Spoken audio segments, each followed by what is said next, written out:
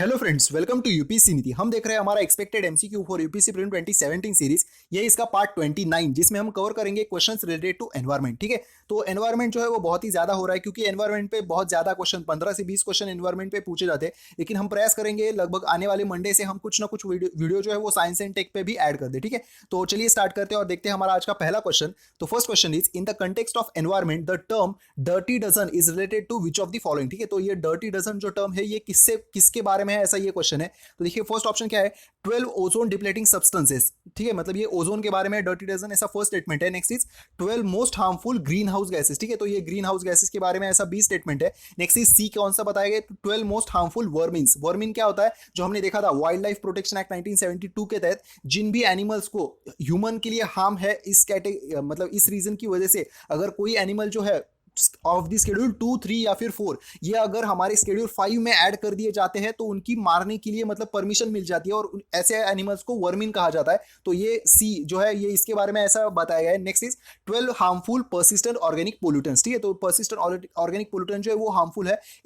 इन 12 pollutants को dirty dozen कहा जाता है, ऐसा डी स्टेटमेंट है। तो इसका आंसर क्या है, तो वो है D, that is 12 harmful persistent organic pollutants. तो हम देख लेते हैं सबसे पहले पर्सिस्टेंट ऑर्गेनिक पोल्यूटेंट का क्या होता है। तो देखिए जो ऐसे ऑर्गेनिक कंपाउंड्स होते हैं ना जो एनवायरमेंटली डिग्रेडेशन से मतलब नहीं हो सकता है उनका, इनको कहा जाता है पर्सिस्टेंट ऑर्गेनिक पोल्यूटेंट। और ये कौन से मतलब किसके थ्रू नहीं हो सकता, तो केमिकल, बायोलॉजिकल या फिर फोटोइलेक्ट्रिक प्रोसेस, इन किसी की वजह से इनका जो है डिग्रेडेशन नहीं हो सकता। Next is because of their persistence POPs bioaccumulation with the potential significance impact on the human health and environment. ठीक है, तो आप ये कंसेप्ट जो है बायो एक्यूमुलेशन ये आप आज अच्छे से देख लीजिए। मतलब ऑब्वियसली क्या है कि इसके बारे में मैं आपको बेसिक बता सकता हूँ कि जो कोई भी एक ऐसा जो डिग्रेड नहीं हो सकता ऐसी बात जो है वो उसका एक्यूमुलेशन होना, ये हमारे बायोस्फीयर में इसको बायो एक्यूमुलेशन ऐसे कहते हैं। लेकिन आप इसके बारे में ज़्यादा अच्छे से देख लीजिए क्योंकि इस पे यूपीएससी ने पहले 1-2 बार क्वेश्चन जो है वो पूछ लिया है। तो इसका एक्यूमुलेशन हो जाता है ये जो हमारे पीओपीज है इनका, और इसकी वजह से ये हमारे ह्यूमन हेल्थ पे और साथ ही साथ हमारे एनवायरमेंट पे अफेक्ट करते हैं, ऐसे होते हैं ये पीओपी।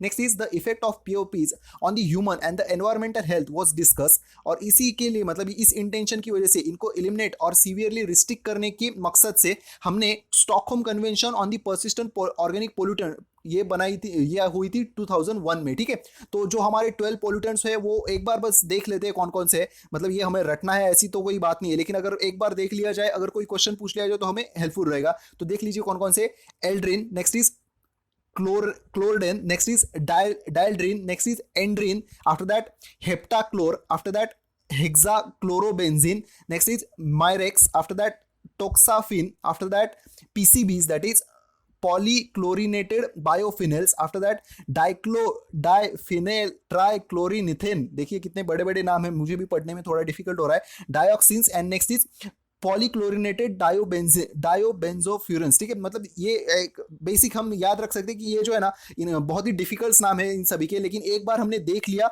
सो दैट अगर इस पे कोई क्वेश्चन आ भी जाता है तो हम प्रिपेयर्ड रहेंगे। ठीक है, नेक्स्ट क्वेश्चन देखते हैं हमारा 12th question, sorry second question, which of the following are is correct about oil spill. तो आप जानते हैं जो हमारा पिछले साल चेन्नई में ऑयल स्पिल हो गया था, तो ये जो हमारा एक क्वेश्चन है ये भी हमारे लिए इंपॉर्टेंट हो जाता है। तो ऑयल स्पिल ये इसके बारे में इनमें से कौन सा करेक्ट है, ये हमारा क्वेश्चन है। देखिए फर्स्ट क्या है, they make the water deficient in oxygen. ठीक है, इसमें से मतलब ऑयल स्पिलिंग होने की वजह से जो कोई वाटर होता है जिस रीजन में ये होता है उस यहाँ पे ऑक्सीजन की मात्रा कम हो जाती है, ऐसा फर्स्ट स्टेटमेंट है। Next is they can cause the algal boom. ठीक है, मतलब इनकी वजह से अल्गल बूम जो है वो हो जाता है। नेक्स्ट इज मतलब अल्गी का बहुत ही भारी मात्रा में बढ़ना, ऐसा। Next is third is oil spill can harm air quality, मतलब ऑयल स्पिल की वजह से एयर क्वालिटी जो है वो भी मतलब अफेक्ट कर जाती है, ऐसा थर्ड स्टेटमेंट है। और हमें बताना है इनमें से कौन से करेक्ट है।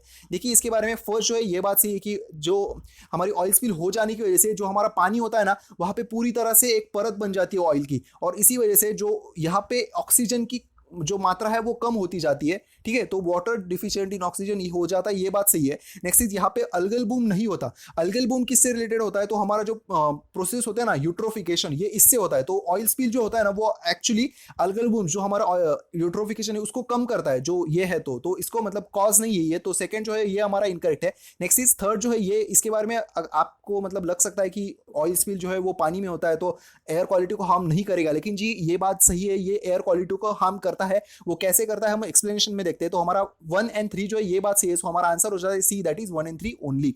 तो सबसे पहले ऑयल स्पिल क्या है ये देख लेते। Oil spill is a release of liquid petroleum hydrocarbons into environment specially marine areas due to human activity. ठीक है, तो ह्यूमन एक्टिविटी की वजह से एनवायरमेंट में, और इसमें भी स्पेसिफिकली कहाँ पे, तो जो कोई हमारा मराइन एरिया यहाँ पे हमारा लिक्विड पेट्रोलियम हाइड्रोकार्बन जो है वो मतलब ऐसी जगह पे आ जाते हैं और इन्हीं की वजह से पोल्यूशन हो जाता है, तो इसको कहा जाता है oil spill. The term is usually applied to the marine oil spills where oil is released into the water or coastal waters but the spill may also occur on the land। ठीक है, मतलब ये जमीन पे भी हो सकता है, लेकिन अक्सर ये जो है ये पाया जाता है हमारे पानी में।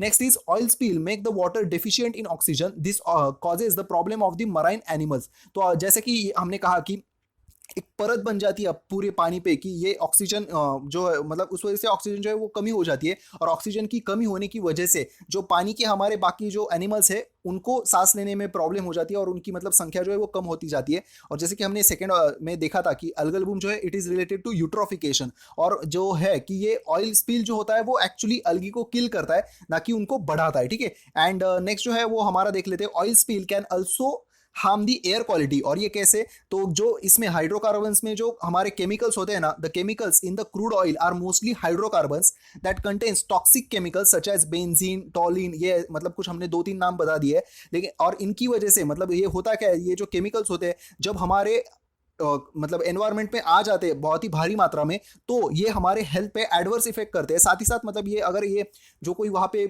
एनिमल है, मराइन एनिमल्स, अगर ये उनको कुछ खा लेते हैं वगैरह, ये जो हमारा पोल्यूटेंट्स होते हैं इनको, ये हाइड्रोकार्बन्स होते हैं उनको, तो भी ये हमारे फूड चेन में आ सकते हैं। ठीक है, तो साथ ही साथ ये जो केमिकल्स है अगर हमने इनहेल कर दिया तो हमारी बॉडी पे गलत इफेक्ट हो सकता है। And in addition these chemicals can be oxidize by the oxidants in the atmosphere to form the fine particulate matters after they evaporate into the atmosphere. ठीक है, तो आप जानते हैं कि ये हमारा पर्टिकुलेट मैटर जो होता है 2.5 एंड पर्टिकुलेट मैटर 10, ये जो है ये हमारे लिए बहुत ही हार्मफुल होते हैं, और सबसे ज्यादा हार्मफुल कौन से होते हैं, पर्टिकुलेट मैटर 2.5। ठीक है, तो ये अगर मतलब जो ये केमिकल्स होते हैं ये इनको बाकी रीजन बाकी किसी वजह से ऑक्सीडाइज हो सकते हैं, और अगर ये ऑक्सीडाइज हो गए तो ये पर्टिकुलेट मैटर्स बनाते हैं, और इसी वजह से हमारे यहाँ पे एयर क्वालिटी जो है वो हार्म हो सकती है। ठीक है, ऑयल स्पिल के बारे में अभी हमने अच्छे से देख लिया। अब हम देखते हैं, ये देखिए ऐसी ऑयल स्पिल ये हमारे यहाँ पे चेन्नई में पिछले साल हो गया था। अब देखते हैं हमारा next question, that is question number 3।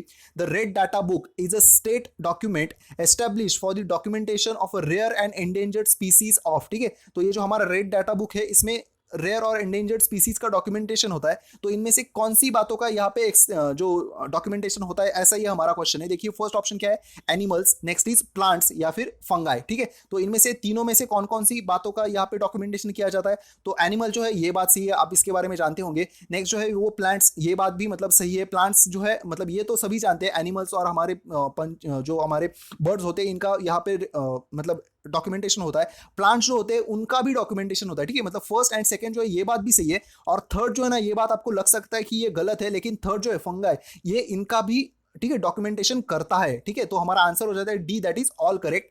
तो देख लेते हैं इसके बारे में, the IUCN red list of a threaten species, इसको IUCN रेड लिस्ट या फिर IUCN डाटा लिस्ट इस नाम से भी जाना जाता है। ये बनाई कब गई थी, 1964 में, और ये क्या है, तो हमारा वर्ल्ड का most comprehensive inventory of the global conservation status of the biological species, ये मतलब ऐसे इसका स्टेटस है जो मेन काम है इसका। The next is IUCN in the is the world's main authority on the conservation of status of the species। ठीक है, मतलब ये काम क्या करता है, तो ये जो कंजर्वेशन स्टेटस जो है वो IUCN द्वारा प्रोवाइड किए जाते हैं, और इसमें भी red data book is a state document establish for the documentation of the rare and endangered species, जो हमने कहा एनिमल, प्लांट्स एंड फंगाई, ये तीनों का ये डॉक्यूमेंटेशन करता है, as well as some of the local subspecies that exist within the territory of the state और कंट्री।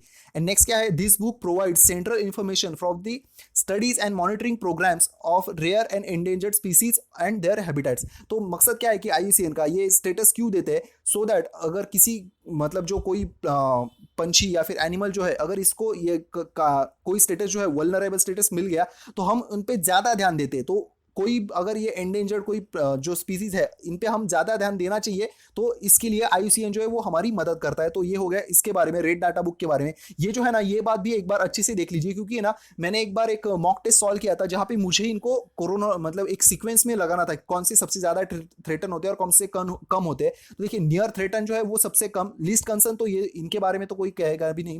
नियर थ्रेटन जो है ये सबसे कम होते हैं, उसके बाद वल्नरेबल्स जो आगे आते हैं वो एंडेंजर्ड, और सबसे ज्यादा जो होते हैं वो क्रिटिकली, ठीक है, क्रिटिकली जो होते हैं वो क्रिटिकली एंडेंजर्ड, ये आप यहाँ पे आते हैं थ्रेटन ऐसे। तो ये सीक्वेंस है इनका, याद रखिए अच्छे से। और इसके बारे में जो ये है ना कि एनिमल्स, फंगा, प्लांट्स एंड फंगा, इसके बारे में हमने जानबूझकर, मतलब ये लग सकता है कुछ लोगों को कि ये गलत होगा, तो इसलिए हमने जो हमारी वेबसाइट है IUCN की, यहाँ से भी ये इन्फॉर्मेशन ले ली है। देखिए यही से ये क्वेश्चन फॉर्म किया था, the plants, fungus and the animal assessed for the IUCN red list are the bearers of the genetic diversity. ठीक है, तो इसमें तीनों जो है बातें हैं वो कवर की जाती है, प्लांट्स, फंगस एंड एनिमल।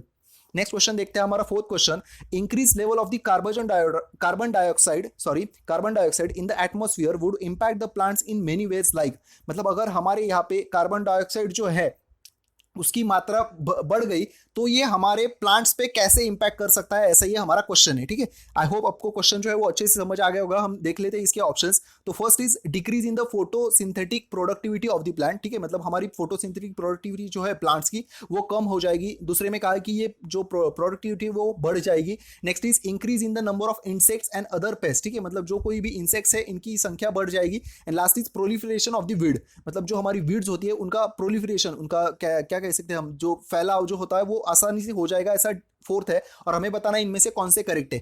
देखिए अगर आप अच्छे से इसके बारे में सोचेंगे, देखिए कार्बन डाइऑक्साइड इंक्रीज हो गया है। हाँ, कार्बन डाइऑक्साइड इंक्रीज होने की वजह से मतलब हमारे यहाँ पे प्लांट जो होते हैं हमारे, वो कार्बन डाइऑक्साइड का यूज करके हमारे मतलब जो प्लांट्स का फूड बनाते हैं। ठीक है, मतलब प्लांट्स का फूड बनाने के लिए, उनकी प्रोडक्टिविटी बढ़ाने के लिए जो कार्बन डाइऑक्साइड का बढ़ना ज्यादा इंपॉर्टेंट होता है। ठीक है, मतलब जितना ज्यादा कार्बन डाइऑक्साइड होगा उतनी जो हमारी प्लांट्स की प्रोडक्टिविटी ज्यादा होगी। ठीक है, मतलब फर्स्ट स्टेटमेंट जो ये हमारा इनकरेक्ट हो जाता है, ये यहाँ पे अपोजिट बताया था ना, तो ये फर्स्ट स्टेटमेंट जो ये इनकरेक्ट हो गया। हमारा सेकंड जो है ये बात सही है। अभी देखिए प्लांट्स की प्रोडक्टिविटी बढ़ गई। ठीक है, मतलब जो प्लांट है वहां पे कुछ प्रोड्यूस जो है वो ज्यादा आते हैं। अगर कंसीडर कीजिए कि फल जो है वो ज्यादा आ रहे हैं, जो उसके पत्ते हैं वो ज्यादा आ रहे हैं, तो इसकी वजह से यहाँ पे उन पे रहने वाले इंसेक्ट्स या फिर पेस्ट जो है वो भी बढ़ जाएंगे। ठीक है, तो हमारा 2 और 3 जो है ये बात मतलब सही होगी। नेक्स्ट जो है प्रोलिफरेशन ऑफ वीड्स, तो इसकी वजह से मतलब कार्बन डाइऑक्साइड का अभी यहाँ पे बढ़ गया, सो दैट इनकी प्रोडक्टिविटी बढ़ गई, तो यहाँ पे इंसेक्ट जो है वो उनकी संख्या बढ़ जाएगी, और इनकी संख्या बढ़ने की वजह से ये जो वीड का प्रोलिफरेशन है इनकी वजह से बढ़ जाएगा। ठीक है, मतलब ये ऐसे पूरा एक सीक्वेंस है,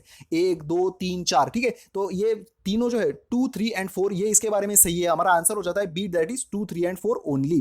तो देख लीजिए इसके बारे में, जैसे कि हमने कहा इंक्रीज CO2 जो है वो, या इसकी मात्रा जो है प्रोडक्टिविटी वो बढ़ाएगा, and this in turn produce more organic matter बढ़ेगा, और इसी वजह से पॉजिटिव इफेक्ट जो हमने कहा था कि प्रोडक्टिविटी जो बढ़ जाएगी वो होगी। लेकिन कुछ इसके नेगेटिव इफेक्ट जो कि हमने कहा कि वीड जो है इसका प्रोलिफरेशन जो है वो आसानी से हो जाएगा, साथ ही साथ इंसेक्ट्स और पेड़ जो है वो बढ़ जाएंगे। ये कुछ लोगों के लिए अच्छी हो सकती है, कुछ लोगों की बुरी हो सकती है। लेकिन क्या है कि कुछ ये पैरासाइट होते हैं ना अक्सर, कुछ जो यहाँ पे इंसेक्ट्स होते हैं वो, तो इस वजह से हमने कहा कि ये मतलब बुरी बात होगी। Next is survival of the organisms gets affected. ठीक है, तो कुछ जो सर्वाइवल है एनिमल्स का वो अफेक्ट हो सकता है। देखिए मतलब इनकी संख्या बढ़ गई इंसेक्ट्स की, तो इन पे जो मतलब इन जो इंसेक्ट्स ये जिनको खाते हैं उनकी संख्या अफेक्ट हो सकती है, ऐसा ये थर्ड है। ठीक है, आई होप हमने ये अच्छे से कवर कर लिया है। तो देखते हैं हमारा आज का last question, the ozone layer is very important for the survival of the species on the earth. Recently the thickness of the ozone layer improved than what it was in 1990s। ठीक है, तो ozone layer जो है वो हमारे survival के लिए बहुत ही इंपॉर्टेंट है, और रिसेंटली ऐसा पाया गया है कि ओजोन लेयर की जो थिकनेस है वो बढ़ गई है 1990s के कंपेयर किया जाए तो, ये ऐसा रिसेंटली पता चला था। तो हमने ये क्वेश्चन इस पे फ्रेम किया है कि क्वेश्चन क्या है, the thickness of the stratospheric ozone layer is measured in या फिर ऑन, मतलब हमारे ओजोन लेयर की थिकनेस जो है वो कहाँ पे, किस मतलब स्केल पे या फिर यूनिट में मेजर की जाती है, ऐसा हमारा क्वेश्चन है। तो देखिए ऑप्शन क्या दिए गए, रिश्टर स्केल या फिर डॉप्सन यूनिट, नेक्स्ट इज मेल्सन यूनिट या फिर नन ऑफ दी अबव। तो ये जो हमारी थिकनेस जो है ओजोन लेयर की ये मेजर की जाती है हमारे डॉप्सन यूनिट में। ठीक है, ये रिश्टर स्केल तो हमारा अर्थक्वेक से रिलेटेड है ना, तो ये ऑप्शन हमने कैंसिल कर दिया। ये इसका जो आंसर है वो है Dobson unit, it is related to ozone layer का thickness measurement. Next is Dobson unit के बारे में देख लेते हैं। Dobson unit is an unit of measurement of amount of trace gas in a vertical column through the earth atmosphere. ठीक है, ये अर्थ के एटमॉस्फेयर में जो कोई ट्रेसिंग गैस जो है इनको मेजरमेंट करने के लिए यूज किया जाता है। It's originated and continue to be primarily used in the respect to atmospheric ozone whose total column amount usually termed as total ozone। ठीक है, मतलब ये बनाया गया था और इसको मकसद तो मतलब सबका मेजरमेंट करने का मकसद था, लेकिन प्राइमरीली इसको ये ओजोन के थिकनेस में गिनने के लिए बनाया गया था। और इसी के मतलब ये जो होता है ना कि इसका जो आई थिंक सॉरी, ये जो होता है ना कि ये कॉलम कितना होता है, मतलब ये गिनना ये कॉलम कितना होता है, इसको टोटल ओजोन इस नाम से भी जाना जाता है। Is dominated by the high concentration of the ozone in the stratospheric ozone layer. तो इसकी जो है डेफिनेशन जो यहाँ पे हमने प्रोवाइड की है, अगर आप चाहे तो इसको देख लीजिए। मतलब इतनी डेफिनेशन जो है वो यूपीएससी नहीं पूछेगा, लेकिन एक बार देख लीजिए। नेक्स्ट जो है हमने ये इसका मतलब बैकग्राउंड देख लेते हैं। तो डॉप्सन यूनिट जो है वो गॉर्डन डॉप्सन जिन्होंने ये बनाया था 1920 में, इनके नाम से ये इसको नाम दिया गया था। और ये मतलब काम कैसे कर रहा है, making use of double prism monochromator to measure the differential absorption of the different bands of their solar ultraviolet radiation by the ozone layer। ठीक है, तो ये डबल प्रिज्म मोनोक्रोमेटर यूज करता है सो दैट जो कोई हमारा डिफरेंशियल एब्सॉर्प्शन जो रेट है ना हमारे अलग अलग बैंड्स का हमारे सोलर अल्ट्रावायलेट रेडिएशन के हिसाब से उसको ये मेजर करता है। और इसी वजह से हमारा जो ओजोन लेयर की थिकनेस जो है वो हमें पता चल जाती है। ठीक है, तो आई होप ये थोड़ा सा डिफिकल्ट कॉन्सेप्ट है, एक बार अच्छे से देख लीजिए, चाहे तो फिर से एक बार पढ़ लीजिए। तो देख लीजिए ये जो है ना डॉप्सन मेजरमेंट, ये हमारे यूजफुल आया था जब हमने 1984 में हमें अंटार्कटिका पे ओजोन का होल मिला था ना, तो इसी की मदद से हमें ये मिला था। और अभी इसी की मदद से हमें ये पता चला है कि हमारे जो ओजोन का थिकनेस है वो थोड़ा सा बढ़ा है। ठीक है, तो आई होप ये जो हमारे आज के पांचों क्वेश्चन थे, क्वालिटी क्वेश्चन थे, आपको अच्छे लगे होंगे। So thank you so much, have a happy wonderful day ahead, keep studying and all the very best. मिलते हैं मंडे को हम जो है और कुछ क्वेश्चन बाकी टॉपिक पे भी ऐड कर देंगे। ठीक है, thank you so much and have a happy wonderful day ahead.